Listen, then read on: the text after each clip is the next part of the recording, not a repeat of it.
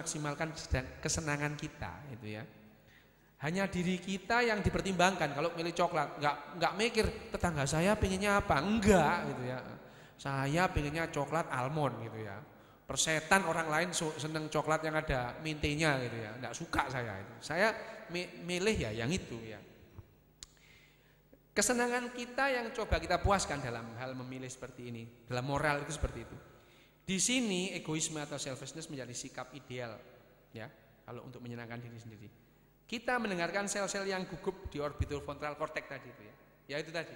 Pada saat kita memilih itu kita mencari alasan kenapa saya seperti itu. Yang memberitahu kita apa sesungguhnya keinginan kita. Nah, akan tetapi ketika kita sedang membuat keputusan moral, sikap egosentris ini menjadi bumerang.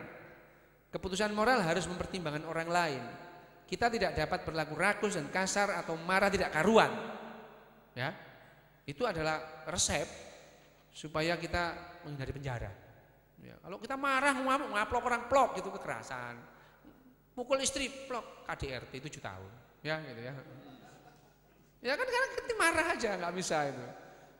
Berbuat baik berarti memperhitungkan orang lain, menggunakan otak emosional untuk membaca emosi-emosi orang lain. Egoisme mesti diimbangi dengan altruisme. Nah ini dia ya, muncul altruisme. Nah sekarang kapan altruisme itu muncul? Sebetulnya altruisme itu muncul ya karena proses evolusi. Ya. Nah ini the theory of everything, evolusi lagi-lagi evolusi.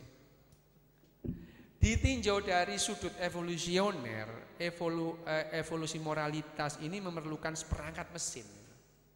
Ya. Membuat keputusan yang sama sekali baru, yang tidak ada pada organisme-organisme sebelumnya.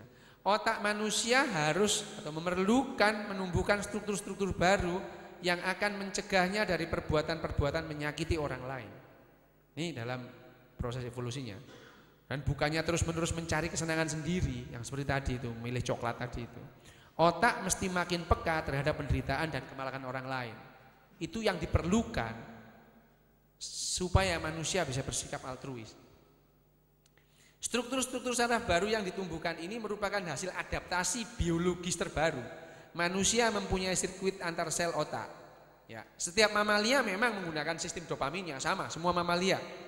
Tetapi sirkuit moral hanya ditemukan pada primata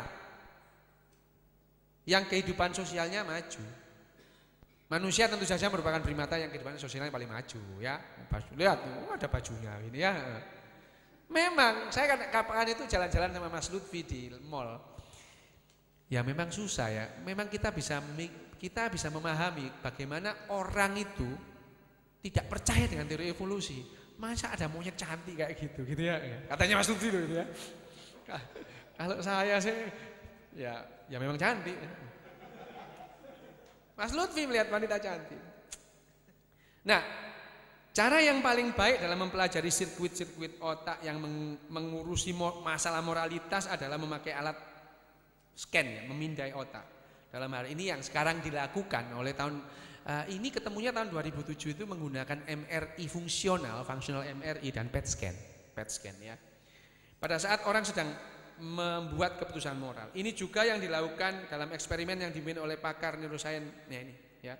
Joshua Green tahun 2007. Green mengajukan pertanyaan terhadap ini orang diajukan pertanyaan, kemudian pada saat dia menjawab dilakukan scan di otaknya.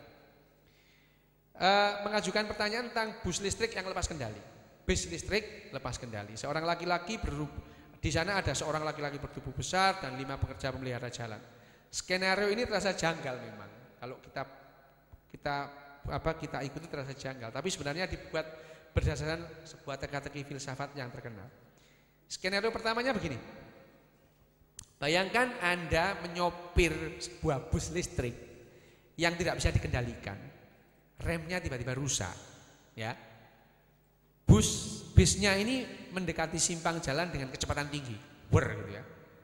Dan apabila Anda tidak berbuat sesuatu, busnya akan berbelok ke kiri dan menabrak 5 pekerja yang tengah memperbaiki jalan. Kelima pekerja itu akan mati jelas. Tapi bila Anda membelokkan setir Anda ke kanan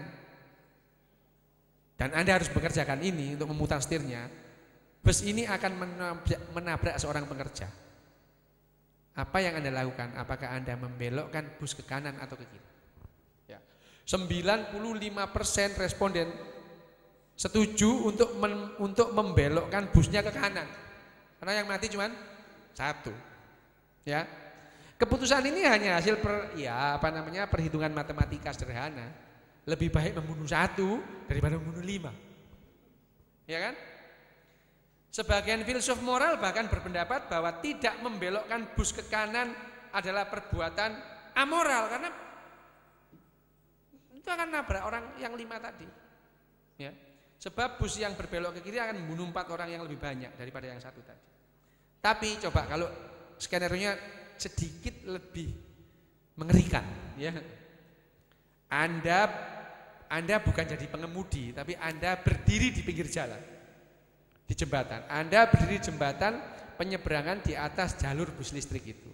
Anda melihat sebuah bus listrik yang lepas kendali meluncur ke arah 5 orang pekerja yang sedang memperbaiki jalur bus. Kelima orang itu akan mati bila busnya tidak dihentikan. Di sebelah Anda, di jembatan penyeberangan, berdiri seorang laki-laki yang tubuhnya gede banget.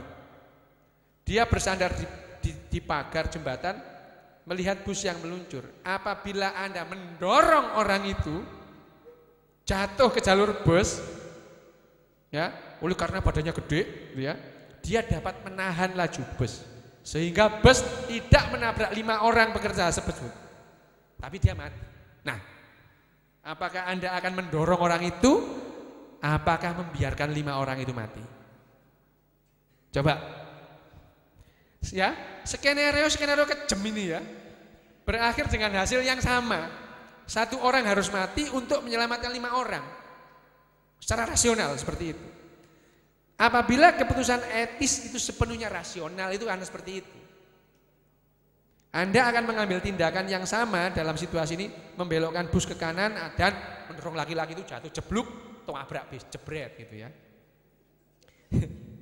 Tapi ternyata tidak seorang pun dari responden berinisiatif untuk mendorong laki-laki. Ya, padahal kalau moralitas itu berdasarkan rasional, jerongkok naik blok jibo ya, gitu ya. Keputusan tersebut membuahkan hasil yang sama, tetapi satu keputusan moral dan satu lagi pembunuhan. Ya. Kalau kita yang pertama tadi memilih 1 orang mati, itu moral.